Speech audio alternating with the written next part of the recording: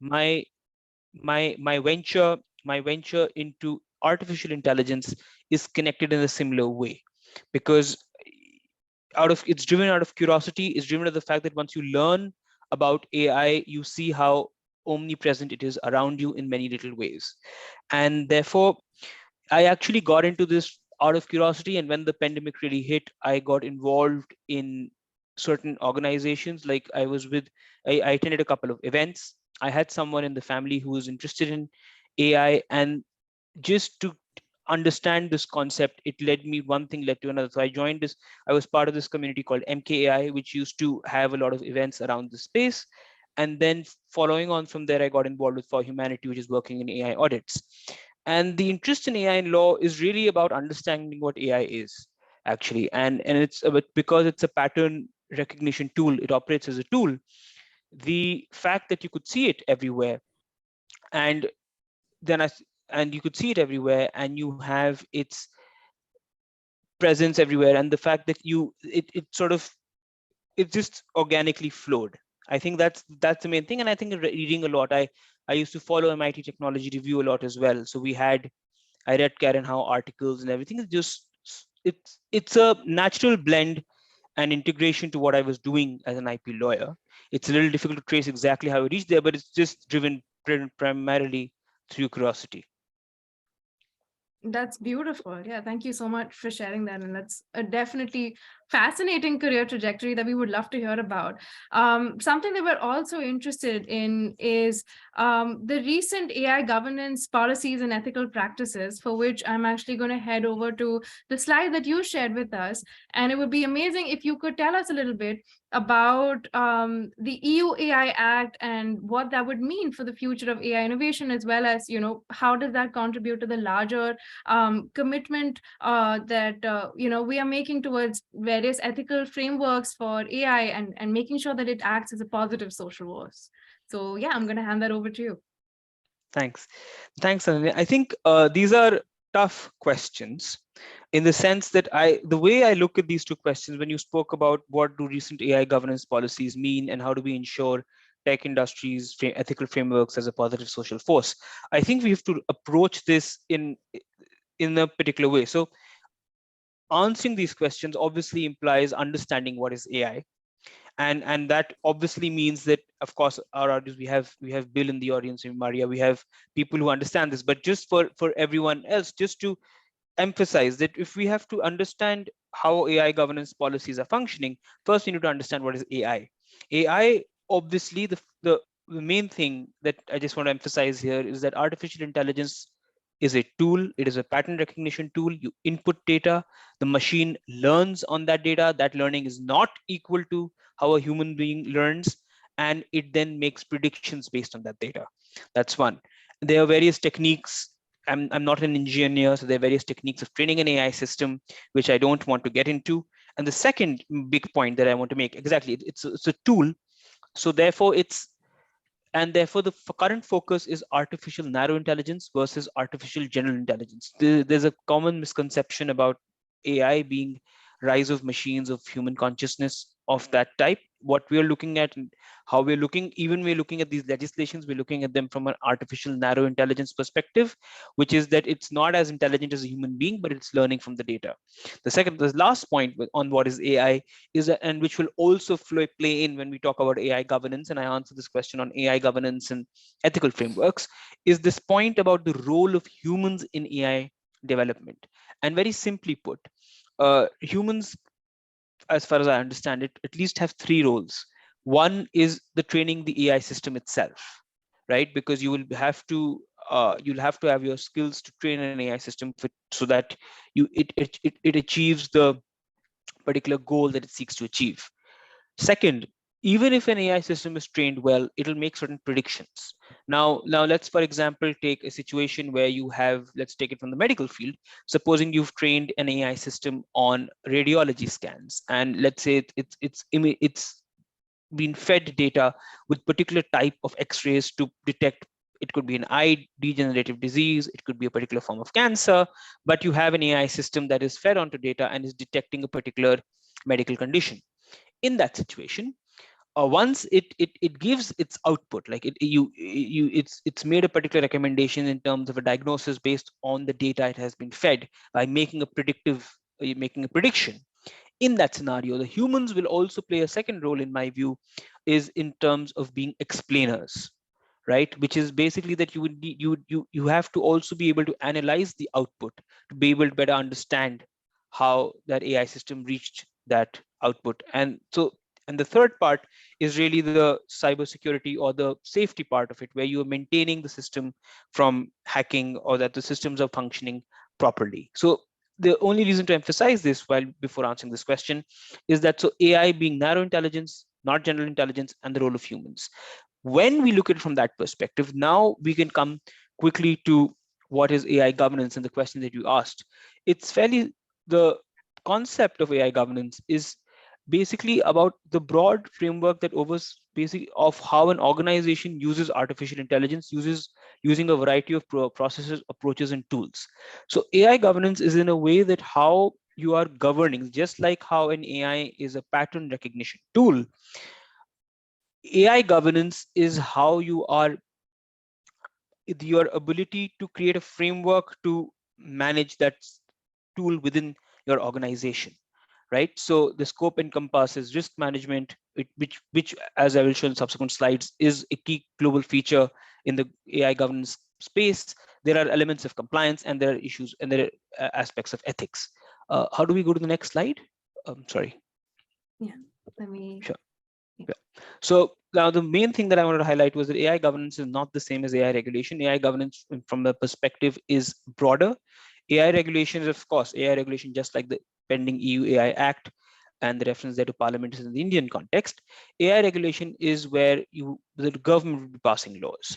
But when we look at AI governance, it's probably broader. It's also looking at AI as how it's controlled within a company, how the AI management takes place within a company, setting the right policies, establishing accountability frameworks. And like I was trying to explain, it's governing the AI governance could be looked at governing the decision-making process of AI or governing the pattern recognition tool's ability to identify patterns. Uh, could we go to the next slide? Thank you. So, and then AI governance it includes all these kind of questions. You'll understand that there would be there would be certain legal questions, and some of these questions are not pertain to legal aspects, like who decides which data is included in the training data set, how can the model be tested for bias, how is the model performing, do data sources comply with privacy regulations, how do we protect the intellectual property of AI systems, and when. So the second and the second and the last question and second last question are distinct elements. One is how do you protect the system, and the second is how do you protect the AI output. So uh, and you can go next slide, please. Yeah. So there are two layers basically of AI governance, and I'm going to just let me set this context of AI governance, because AI governance is flowing in the organization about how you structure the AI adoption within the organization. And there are two layers. Layer one would, of course, be the humans involved with the development phase. But the second layer is also the organizational level, the hierarchy of the organization, because if anyone is developing AI systems within an organization, how is that structured? And because those people will be falling within the reporting mechanism of an organization. And therefore, when you're looking at an AI governance approach, it's of course laws. There is an element of ethics, which we'll just come to, which will address your third question on ethical frameworks. And there's also, beyond laws and beyond ethics, there's also risk management frameworks, but also it's about how you want to use, when you're adopting AI, how do you want to structure, and what processes, what tools do you want to set up when adopting AI? An alternate explanation of AI governance is also desiring to have perhaps a legal framework for AI, in the sense that it's beneficial for humanity. But if you look at it from a macro perspective, AI governance is pretty much this organizational level, where you're trying to structure the organization when AI is being adopted. And from this, we'll move to the second question, which is, or the third question rather, an element of the third question, which is how can we ensure that tech industries is towards making an ethical frameworks for AI a positive social force? Now, that perspective, Anand, can you go to the next slide, please? Sorry, and the one after this, yeah. So how we look at, if you're looking at ethical frameworks, right? If you're looking at ethical frameworks for being bringing change. It's also important for us to look at ethics in a simpler way. Ethics is applied to artificial narrow intelligence, as I said, and ethics, as a matter of fact, while it seems its implementation is slightly could be considered abstract. But the point is, AI ethics really has to be understood about as humans, as the ethical moral agents creating the algorithms, because humans and their involvement is impacting the ethics and morality of the system through their choices. They're making through their choices. So therefore, you have an AI ethics element will also have within the training and development, perhaps the ethical choices people have made during the ethical development. That's one element of AI ethics, at least. And the second approach would be, if I could go to the next slide, the second approach would, of course, be the fact that you are also demanding ethical AI in terms of individuals, consumers, and citizens demanding ethical AI. And it's about perhaps the shared moral framework, and ethics could be different in one country and ethics in different in another country. And it's not law, it's not compliance. They're enforced voluntarily. Now, the problem with this is that this is too, it may come across as very fairly abstract, but this is where, when we talk about ethical frameworks, this is why this has been now broken down to, Ananya, if you go to the next slide, these been broken down. AI ethics frameworks have now been broken down. So of course, these are different domains: privacy, manipulation, fake news, safety, security, transparency, explainability, which are these different elements, and also element of bias. But when we can go to the next slide as well, and there's bias. And then if we move forward, just next slide, we would have a situation where AI ethical frameworks have then been, so how the laws have happened is that you have an AI governance structure, you have those different elements, you have risk frameworks, and you have AI ethics having developed as soft law principles. Those soft law principles are reflected in certain soft law principles. These are certain regulations or principles that have been enacted. And from there, we will move to EUS, so to the laws. So for example, the OECD principles in soft law talk about generating people, and then it talks about the systematic risk management approach to each phase of the AI system life cycle on a continuous basis to address risks related to AI systems, including privacy, digital security, safety, and bias. The point really being emphasizing here that we had AI ethics as a broad way, then we had those different principles that OECD has identified, and there's an emphasis on risk management approach to address risks such as privacy, digital security, safety, and bias. And if you look at this articulation of AI ethics in different sort of principles, if you can come to the next slide, you will have the of course, the OECD principles have been endorsed. So it's a good starting point to really understand this broad understanding of ethics in different components. And we will find these same principles. If you can come to the last slide, please. If you will have these different principles where, again, when you're looking at ethical frameworks, you have safety, reliability, equality, inclusivity, non-discrimination, privacy, security, transparency. So all of these ethical frameworks have been broken down into different principles, all of which address perhaps things that all of us would agree on. And when that happens, the last slide, please, and then you can stop the share. Stop the slide share. Yeah, so this is the elements of accountability, which is the principle of accountability, which you have situations where stakeholders involved in design, development, and deployment of AI system are responsible for their actions. So all of these principles provide a very broad understanding of how AI ethics can be. Now, and if you could stop sharing, we can go back to the. Thank you. Right. So with this particular perspective in mind, what really I'm trying to highlight is to come back to your questions. What do recent AI governance policies such as EU AI Act may mean for future of AI innovation? Well, AI governance policies, the EU AI Act, for example, does just be highlighted of the OECD principles talk about risk categorization. The EU AI Act has classified risk. So it identifies prohibited items, there's high risk, there's low risk, and there's medium risk. So there's a risk categorization there.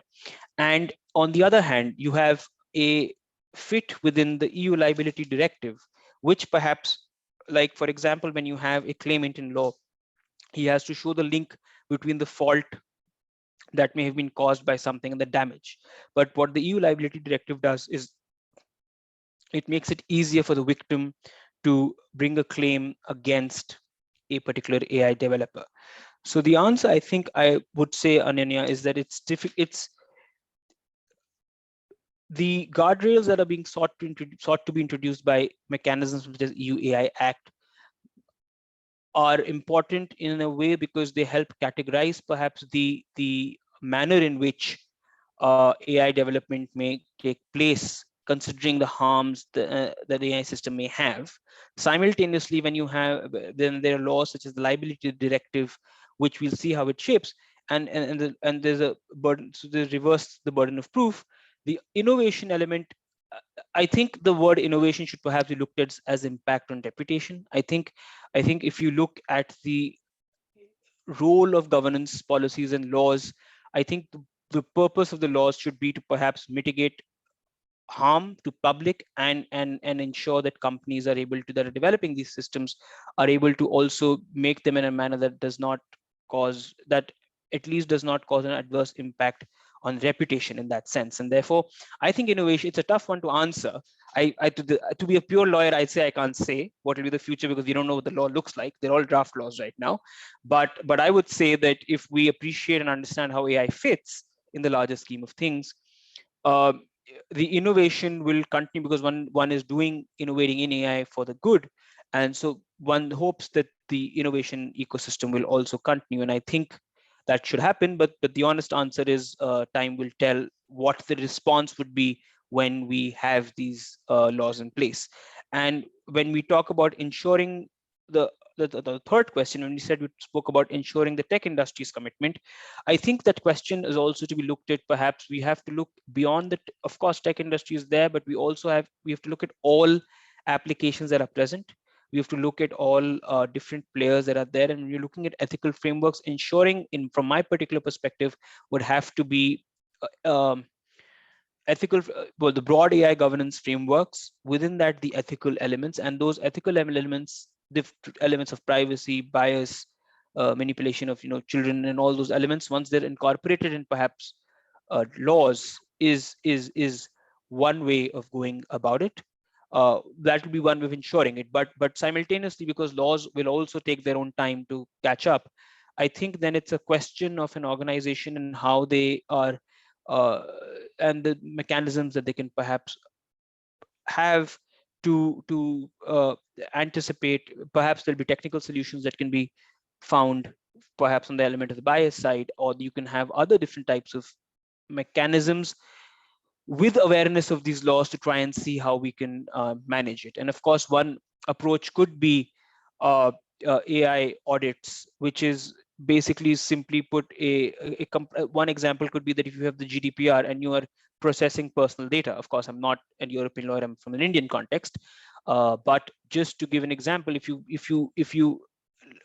look at the AI governance entire structure, where you have ethical choices taking place, so you will probably have a committee that is looking at ethical choices during the AI development life cycle. You could have a committee which is looking at risks and analyzing the risk of an AI system. So to ensure that that's sort of a via medium, trying to suggest that an organization could structure itself in a manner that could help it, you know, mitigate harm to itself while these laws are developing. But that's how I look at it. And yeah, I hope, I don't know, that's a very long answer to a very short question, but I hope it gave some clarity. Absolutely. Thank you so much, Vibhav. Those are very powerful and moving words. And it's incredible to see that there's a force of nature like you in the AI ethics and governance space. So, yeah, more power to you. I think that was definitely a very powerful and moving talk. So, thank you so much for that. Do we have any questions from Vibhav for anyone at the session? The floor is open. You can unmute yourself and you can ask any questions, or you can also leave them in the chat.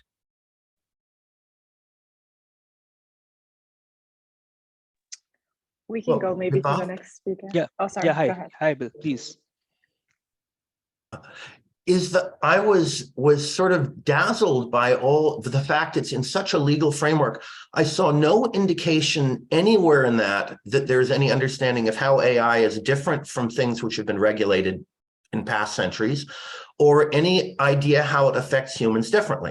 And as a scientist, I see AI as so radically different that practically every bullet point you have is nearly irrelevant for the core issues we need to be worried about. They might look like what regulators can do, Right. but what is going on is an apocalypse of such strange and global proportions that we need to start from scratch in figuring out what the problem is, how humans are impacted, and how to stop that thing from happening. Correct. No, that's a good point. I think because the talk was designed primarily around the legislative, so it was designed in terms of breaking AI governance, the component of AI ethics, and how AI ethics has been broken down into different elements internationally. How this usually works is sometimes we look at existing frameworks and try to build on them in the context of new technologies. If we have so when these laws are being made, if you have inputs of the nuances of what the impact may be, therefore those elements would then come in. Like, for example, we've had, for example, on there have been certain bodies even in India as well that have looked for comments on dark patterns. And if you look at the EU AI Act as well, where I briefly touched upon the risk categorization, is that it goes into detailed. So a broad answer to your question really would be the approach taken in terms of the harm that may be caused by the system. And that's also a approach that is being taken. It's called risk, perhaps in the EU context. And if I look at certain laws in the Indian context, then the concept is not risk but harm. And in that context, so and perhaps the concept of harm or concept of risk legislation perhaps would be slightly broader, and it may not be as narrow and specific to each those elements. But I would, as it develops, one would assume that those elements that you're probably thinking on from a neuroscience perspective would fall within a certain category of harm, whether it be in the Indian context or perhaps risk in the European context, and perhaps in any other way that term may be defined in any other jurisdiction. I'm just using Europe and India as an illustrative example here. Amazing. Thank you so much for that, Vibhav. I hope that clears up a very fascinating intersection between neuroscience and law. Always very interesting to hear. Moving on, we're going to go to the next section where we have our incredible speaker, Bilona Sona. So Bilona is the founder of Bell's AI initiative. In addition to that, she is also a candidate at the Humanizing Machine Intelligence at the ANU. She's a manager and ethics and gender issue at Afro Leadership, and has been featured as one of the 100 brilliant women in AI ethics in 2022. She is a leading artificial intelligence ethics researcher. She also serves as a policy manager of ethics and gender issues at Afro Leadership, and she advocates for the insertion of ethical technological solutions in Africa in general, with a strong interest in women that are often more marginalized when it comes to technology. So Bilona, thank you, for doing all of this incredible work.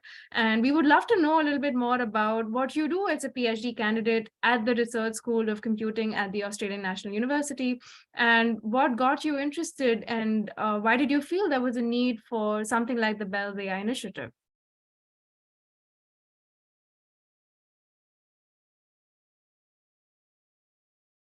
I don't think she is in the call. Okay. All right, no worries. Let me check in with her very quickly. In the meantime, should we go on to our next speaker? Biju, are you here with us? Yes, I'm here. Okay, I will great. see. Let's continue with Biju, and then I'm gonna contact her just now. Okay, that sounds great. All right, thank you so much, Biju, for being here with us. Biju Balakrishnan is the Chief Technology Officer at FIA Global. He is a highly experienced, results-oriented business leader. He's a skilled enterprise architect and a startup enthusiast who, over a 12-plus year career, has demonstrated the ability to lead cross-functional teams of professionals in achieving results in a variety of highly competitive industries, cutting-edge markets, and fast-paced environments. The core focus in his career has been startups and technology explorations. Thank you so much, Biju, for being here today. It's a real pleasure to have you here and to speak on the subject of harnessing AI for good. So to start off, could you tell us a bit about your mission at FIA Global? Sure. Thanks for that brief, Ananya, and thanks for the invite as well. So happy to be part of this roundtable for sure. So as part of FIA, basically FIA is a fintech organization which concentrates basically on financial inclusion for the under economic group of people. That's the most important target which we have. So we concentrate on the locations of remote India, to be exact, and bring financial products to the doorstep of those people and enable them financially. That's the most important part we do as part of it. So we have about 95% of India covered by us. Basically, the whole of India has been covered by us, and also we have touched more than 65 million people so far in our business as well, and enabling them financially, and also giving them financial instruments which can give them a better control over their finances, and that's the most important target which FIA has been concentrating on. So the most important achievements I would think FIA has been able to do, or has been trying to do as an impact, is that there are social security schemes which we are also. So this is the one of the schemes which actually empowers and gives a support system for the people, and we have that for about 2 million people we have covered already, and we are also growing in that sector as well. So FIA also has been a part of several legislative groups and discussions, to be exact, on financial inclusion, giving them aspects of how the financial inclusion can be bettered, giving the leaders the thought process of looking at financial inclusion from a perspective of reaching out to the community as well. And one of those, so we what we call as credit invisible. So the people who has not been banked, or has no financial instruments so far, that is very high when it is compared. In India, it's basically high, and all over the world it's the same so far. So that is one of the most important things what we advocate for and what we are trying to achieve in the system, and that is where we are also considering bringing in AI and all these other initiatives to give them a credit models, basically, which we call it as alternative credits models, basically, to create an awareness, and also making the credit invisible visible. That's sort of a initiative which we try to do as part of FIA, and that's something which we advocate for. The other things we advocate for is also we are trying to bring in. So the neo banking is becoming a buzz in the market when it comes to banking as a sector.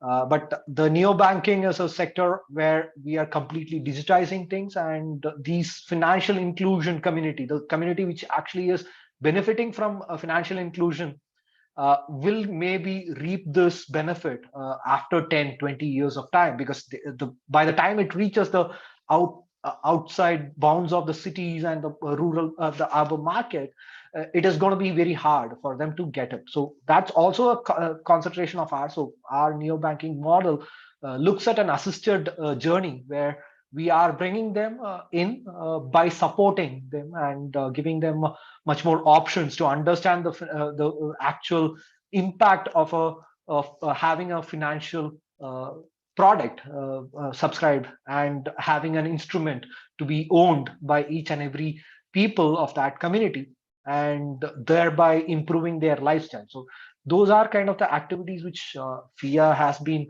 involved in, and that's basically what we are trying to achieve at this point of time.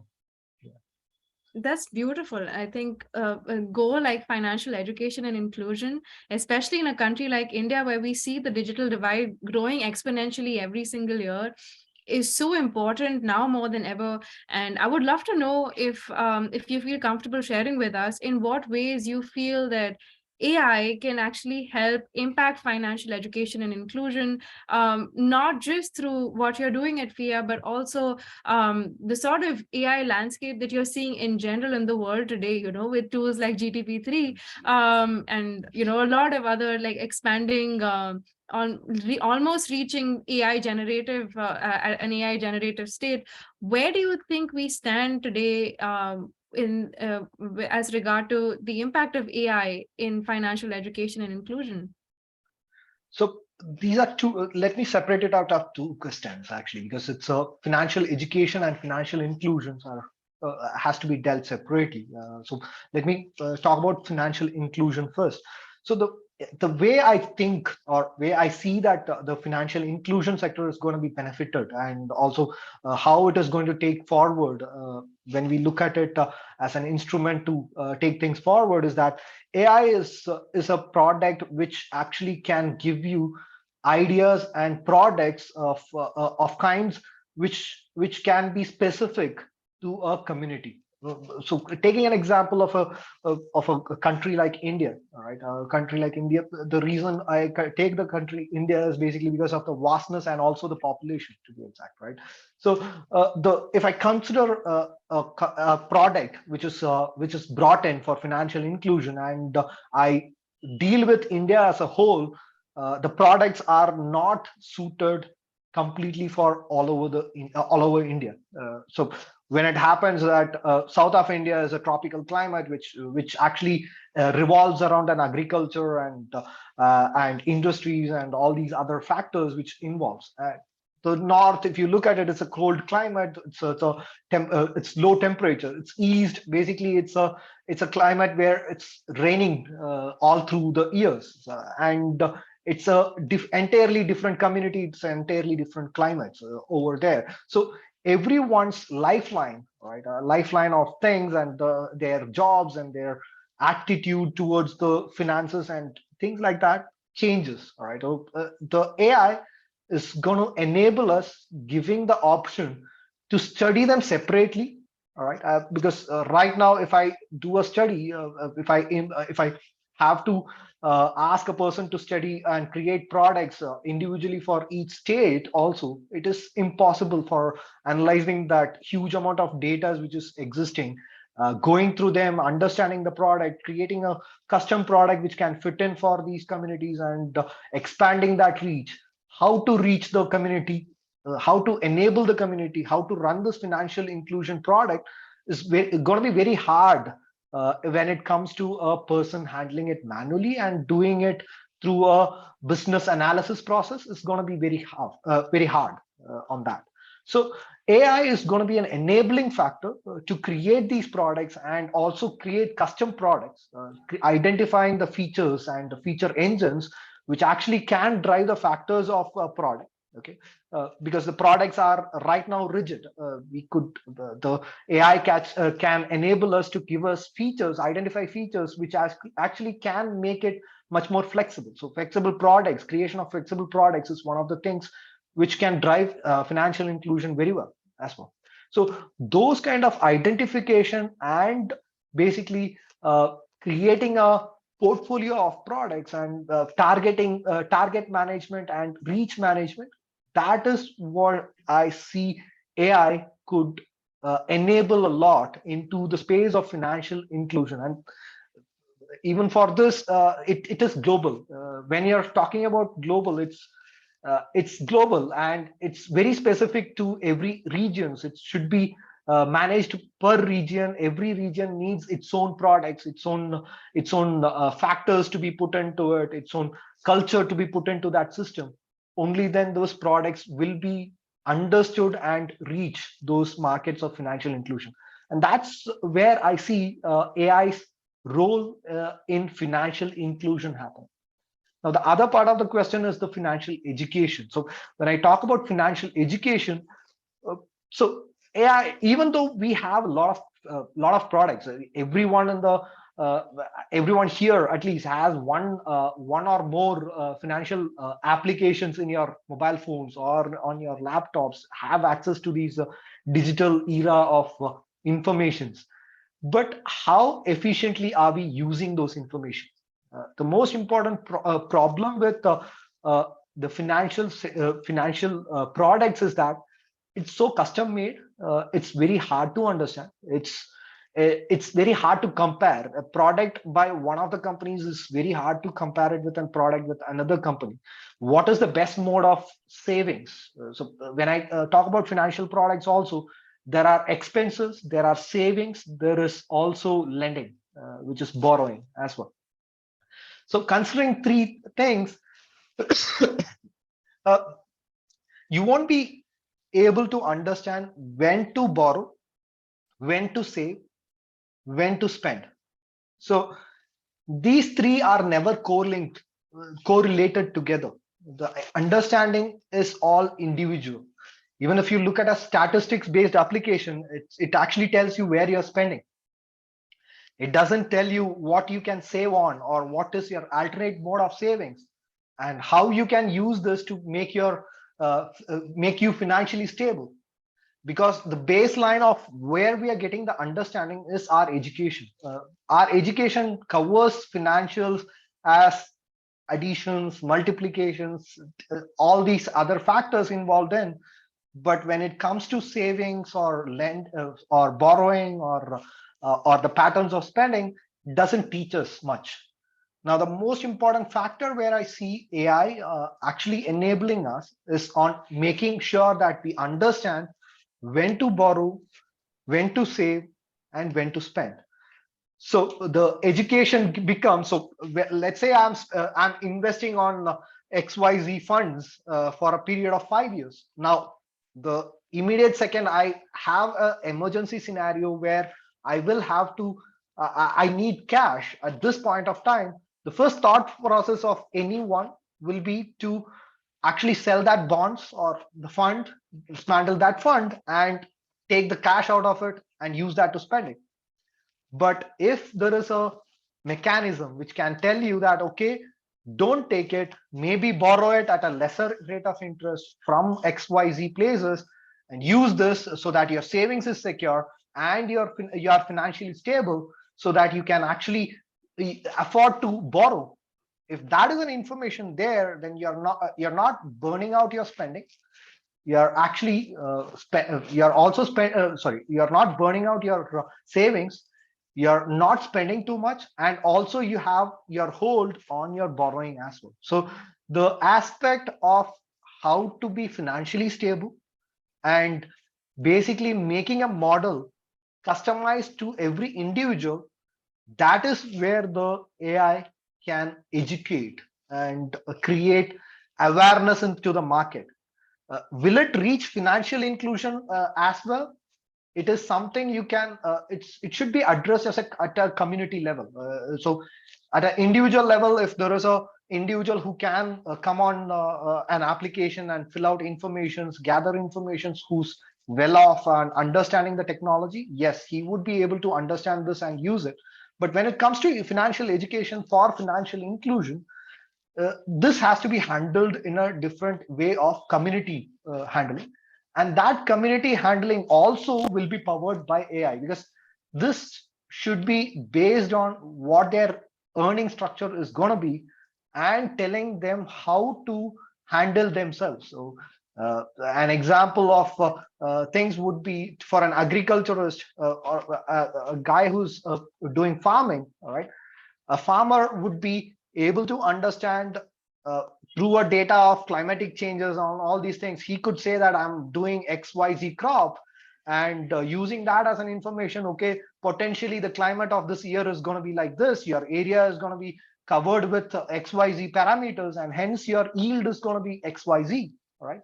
So based on the yield, he could be given an option to say that, okay, give this information out to your bank, which actually can lend you XYZ for your period of 6 months where you're growing your crop, and during your yield you will be making a profit of X amount, which actually can be used to pay your borrowing, your lending. So you are back on track, because at this point of time, enabling agriculture and farmers is the most important key I see as a factor. This is common for all the countries which I've seen so far, and that enablement of making sure there is a baseline data which can go behind people, which give them confidence enough, is the most important education that AI could give them for making a sure shot bet on something and getting them to be stabilized, because the stability is the most important problem for these communities, because they are not sure whether how much they will be earning 3 months down the line. That's their basic problem in their current criteria. Using all these factors on education and on the using AI models, they'll be enabled to give more information, which could give them a stability, which will improve them financially and give them a lot more stable uh, lifeline actually on that. So yeah, I That's think that incredible. Vijay. I yeah. think you mentioned, the word global a lot of times, and that really stuck in my mind. Especially because we're talking about people and businesses in undeserved areas, getting affordable and easy access to secure financial services and products. And I think that really is the first step to any kind of upliftment or empowerment in any geographical area, right? You can't really get by without first securing your financial services. But that also brings me curious, that makes me curious about, like, another rising concern that we have seen with AI and data, and I'm sure that a lot of people in the call today will have had their own experiences with this. I'm talking about data privacy. So while we're talking about, okay, getting your KYC and all of our digital information on, everything's online, what significant challenge do you foresee when we're trying to build privacy centric AI in order to make sure that, yes, financial inclusion and education is happening, but not at the cost of invasion of privacy of digital citizens? Privacy is kind of a scenario where you can't do AI without data, and when you collect too much of data, it actually goes behind the privacy issues.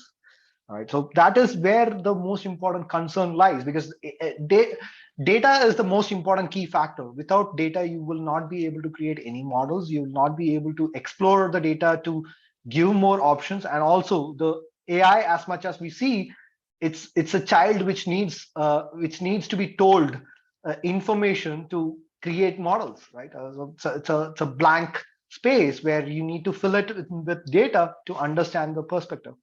Now, when it comes to the scenario of privacy, all right, the privacy is a huge concern for everyone, because the problem with privacy is that uh, privacy is taken for granted in most of the scenarios, because the companies create a hardcore privacy infrastructure, and then at the end of the day, you see that the same company is collaborative, and the data is utilized for some other reasons than actually advocated for.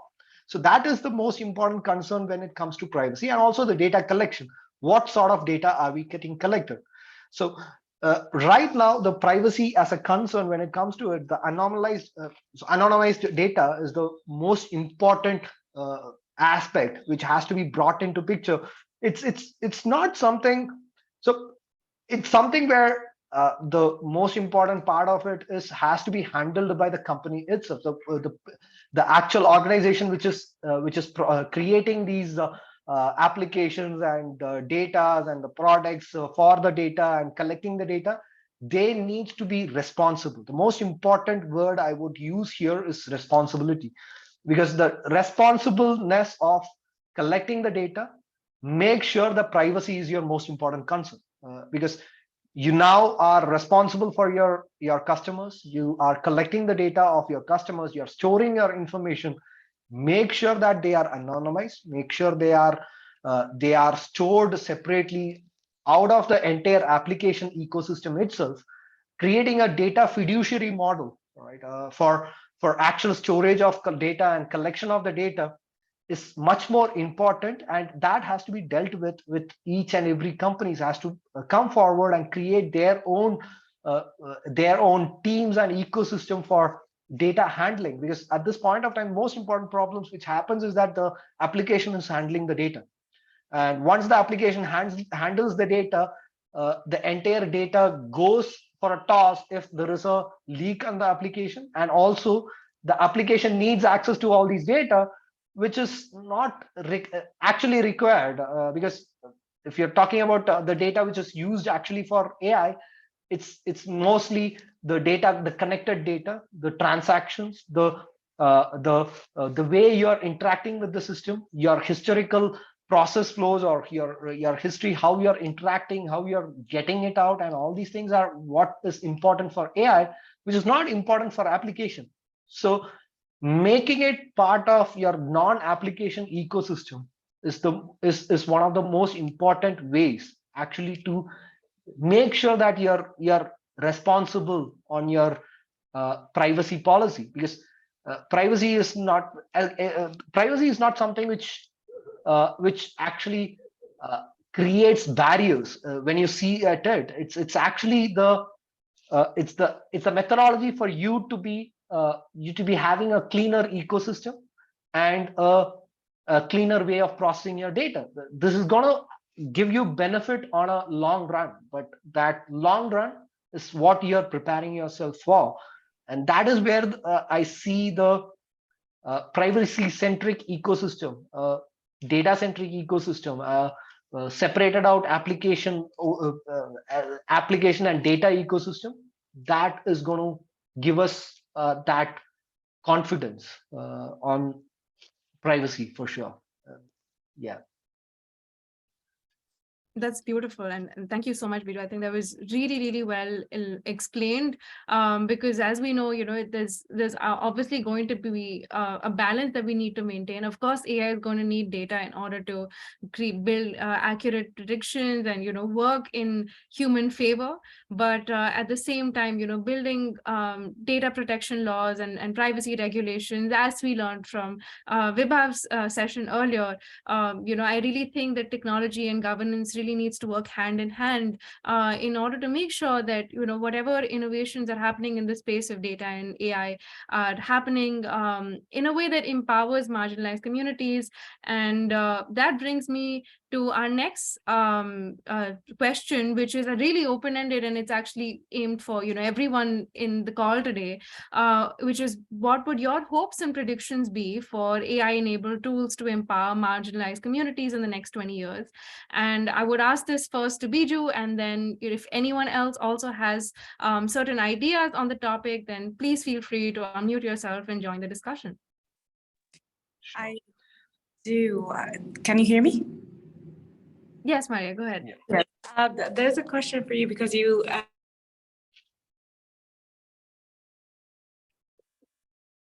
Maria, you're muted actually. can you hear me now? Yes. So you raised a very important concern when it comes to that the AI tools are feeding on data, and data are really important. But how can we strike the balance between privacy and having the AI tools do their jobs right? And I believe that your prediction or your outcome will be as good as your data, but there are still some work to be done when it comes to retrieving those data. I know that in the EU we have the GDPR compliant, and it's a law. Do you believe that we need to make it a law, that we need to say that you cannot receive your information this way, you have to follow these guidelines for you to retrieve those data and able for you to use them? I think, do you believe that is going to happen anytime soon? I know that Europe did this, but I don't know when it comes to like in India, for example, I don't know if you have anything or any laws in place to protect the digital consumer. Sure. So answering that, India is coming out with a personal data policy bill actually. So they are in a stage where they released a draft last August of 2022, if I'm not wrong on the dates. November of 2022. They have released a bill which draft basically, which outlines how the usage of data by government, the individuals, or the companies are going to be. But the most important thing when there's the word responsibility is what sticks to me when it comes to privacy always, because the reason is the bills are made for the purpose to follow, but it also depends on the people who are following. So that is where the most important concern comes into, right?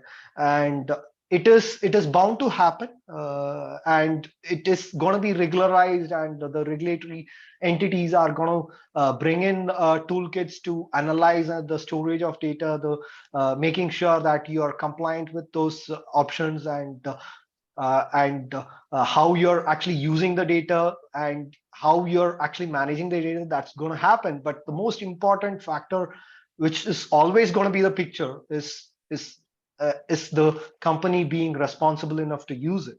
Because the most important problem I've seen in the past, and also what we are seeing all over the world, is the fair data usages.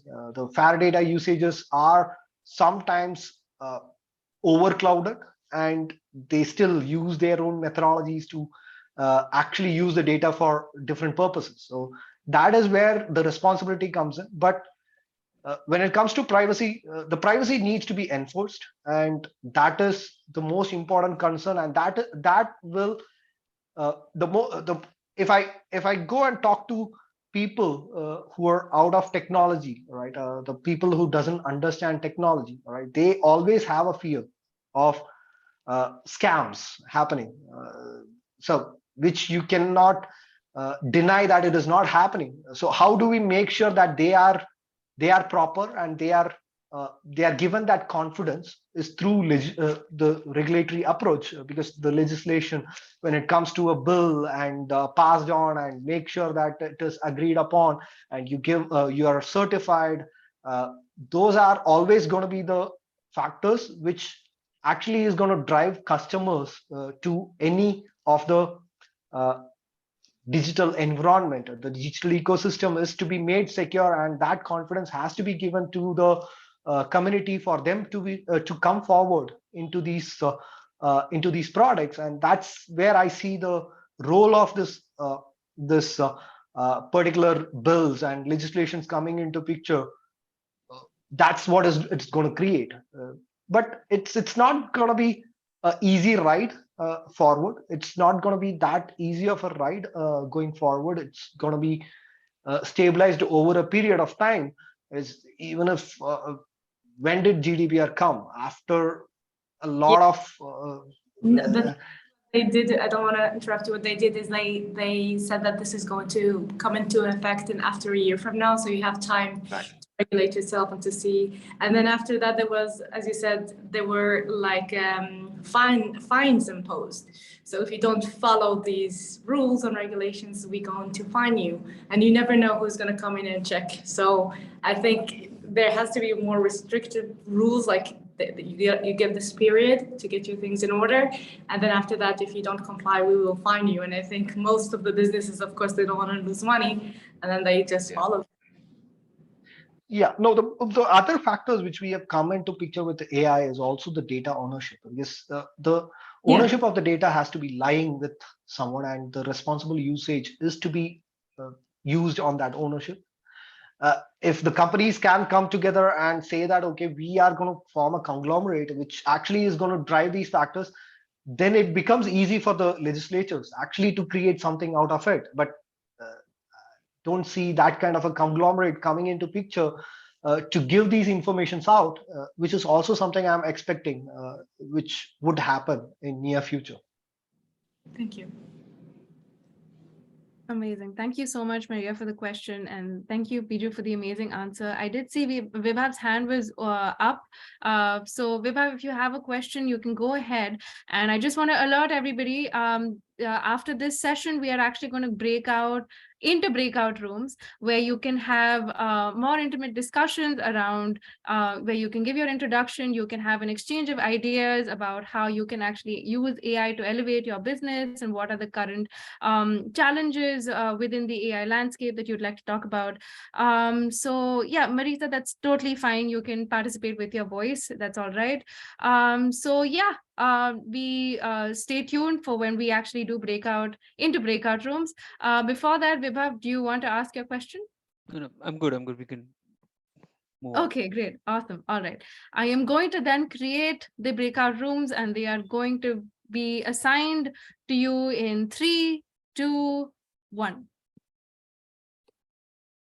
And you can go ahead and join your rooms.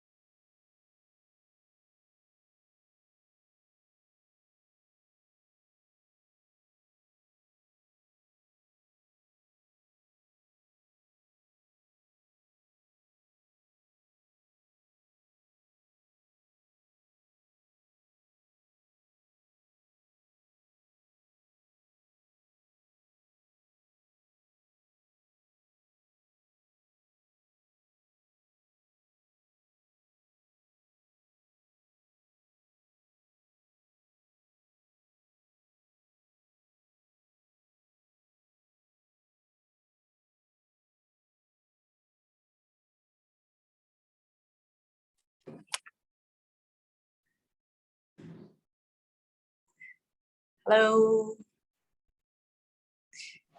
Hey, Maria. Hello. Who am I? Sorry. Yeah, Don't I see your picture? You're always. yeah. Yeah, here. Did you enjoy the talk? Yeah, I did. What is your background? Are you in AI? Are you data scientist? Are you in the field at all? AI, yeah, exactly. What do you do? Development in the AI, mostly software development. Nice. What tools are you using? What kind of coding languages are you using to? Yeah, it depends. It can be any kind of it, yeah. It's Perl, Ruby, Python. So it doesn't, but we are not working completely on the AI like ChatGPT, but it's only like for algorithms and those kind of things right now. Yeah, to analyze the data in that perspective. Nice. But are you like it's are you yourself? You said you are also a software. Yeah, exactly. Which country are you joining us from? From Amsterdam. Amsterdam. So you're actually here in the Netherlands. Yeah, That's also right. next time when we have our events, you should come in person. We will make sure to invite you in person. Sure. How did you hear about our events? Sorry. How did you know? How did you hear about it? Yeah, I saw it in I think from your LinkedIn profile. That's why. Oh, And then I nice. joined it from there. Yeah. That's cool. From LinkedIn. So. Yeah, exactly. All right. Yeah, if you have any questions for me, because I think this is it. And so yeah, let me know if you have any questions. You can contact Sure. me. Yeah, definitely. Yeah, I'll Have a definitely lovely do that. night. Yeah, you too. Yeah, have a good one. Bye.